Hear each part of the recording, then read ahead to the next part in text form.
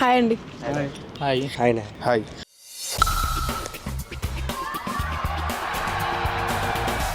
గౌతమ్ గంభీర్ ఎరాలో చాలా ఫెయిల్యూర్స్ చూసాం కదా హెడ్ కోచ్ గా ఉన్నప్పుడు. తను కంటిన్యూ చేస్తే బాగుంటది అంటారా, కంటిన్యూ చేయకపోతే బాగుంటది అంటారా? దానిపైన మీ ఒపీనియన్. కంటిన్యూ చేయాలి. ఎందుకంటారు? గంభీర్ కూడా మంచి ఫైర్ కోచే, కాకపోతే కొన్ని మార్పులు చేస్తున్నందుకు అటు ఇటు అవుతుంది, కానీ మంచి మంచి కోచే అండి. ఎందుకంటే ఆయన ఏదున్నా ఆనెస్ట్ గా చెప్తాడు. సో ఇప్పుడు స్టార్టింగే కదా, కొంచెం టైం పడుతుంది ఆయన అడ్జస్ట్ చేయడానికి. సో వన్స్ ఆయన ఫామ్ లోకి వచ్చేస్తే టీం కూడా ఫామ్ లోకి వచ్చేస్తుంది. మొత్తం టీమ్ మేనేజింగ్ అన్ని బాగుంటది. బాగుంటది. ఓకే, ఇట్స్ బెటర్ ఫర్ మా ఒపీనియన్. మరి ఫెయిల్ అవుతుంది ఈ మ్యాచెస్ అన్ని. నెక్స్ట్ ఉంటది అది క్రికెట్ ఇట్లా ఆట, అది గేమ్ లో అప్స్ అండ్ డౌన్స్ ఉంటాయి. అట్లా కాదు, కోచ్ చేంజ్ అయితే అప్ అవుతుంది, కోచ్ చేంజ్ ఇట్లా ముందర రాహుల్ ద్రావిడ్ కదా, అయితే ఆయన టెన్యూర్ లో కూడా ఉన్నాయి కదా, ఉన్నాయి కానీ అవుతుంది కింద మీద అన్ని అవుతుంది. అంటే ఒక స్టేట్మెంట్ చూసిన కైఫ్ ఇచ్చిన అనమాట. అంటే కోహ్లీకి చెప్పేంత స్థాయి కాదు అనిపిస్తుంది ఒక్కోసారి.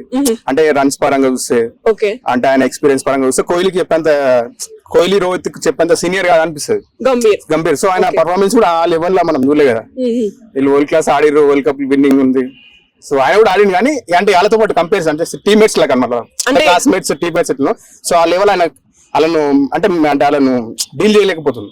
అంటే ప్లేయింగ్ డిఫరెంట్ ఉంటది, కోచింగ్ డిఫరెంట్ ఉంటది కదా. సో దాన్ని బట్టి సార్ నేను ఏమంటున్నా, ఎక్స్పీరియన్స్ ప్లేయర్స్ ముందర చెప్పాల్సిన అవసరం లేదు కదా. ఆయన అనుకున్న వాళ్ళు ఆల్రెడీ చేస్తుంటారు కదా. సో ఏదో చిన్న డిఫరెన్స్ ఉంటది, కానీ మాక్సిమం మైండ్ సెట్ ఇద్దరు ఒకటే ఉంటది. టీం గెలిపియాలి, ఓవరాల్ గా మంచిగా ఆడాలి, పర్ఫార్మెన్స్ మంచిగా ఆడాలి. సో అది నాకంటే ఇంకా ఇప్పుడు గంభీర్ తీసుకునే బదులు ఇంకా సీనియర్ ప్లేయర్స్ ఎవరన్నా తీసుకుంటే బాగుండు అని అనిపిస్తుంది ఒకసారి. గౌతమ్ గంభీర్ కొన్ని డిసిజన్స్ రాంగ్ తీసుకున్నాడు.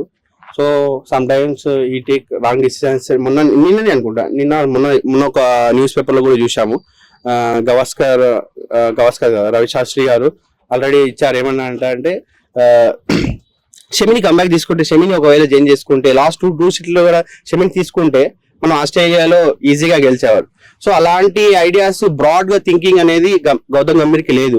ఆల్రెడీ ఆ వేలో థింక్ చేస్తే బాగుంటది. ఇంకొకటి ఇలా సునీల్ గవాస్కర్ గానీ, రవి శాస్త్రి గానీ వాళ్ళు ఇచ్చే సజెషన్లను పాజిటివ్ గా తీసుకొని ముందుకు తీసుకుంటే ఇతను గౌతమ్ గంభీర్ కూడా ఫామ్ లో అంటే కంటిన్యూ చేస్తే బెస్ట్ అవుతుంది. మనకు బేసిక్ చిన్నప్పటి నుంచి ఉంటాం, failure is stepping stone of success. So ఆ experience world cup 2011 world cup ఎట్లా గెలిపించినా చూసినాం యువరాజ్ సింగ్ ఆయన ఆ పార్ట్నర్షిప్.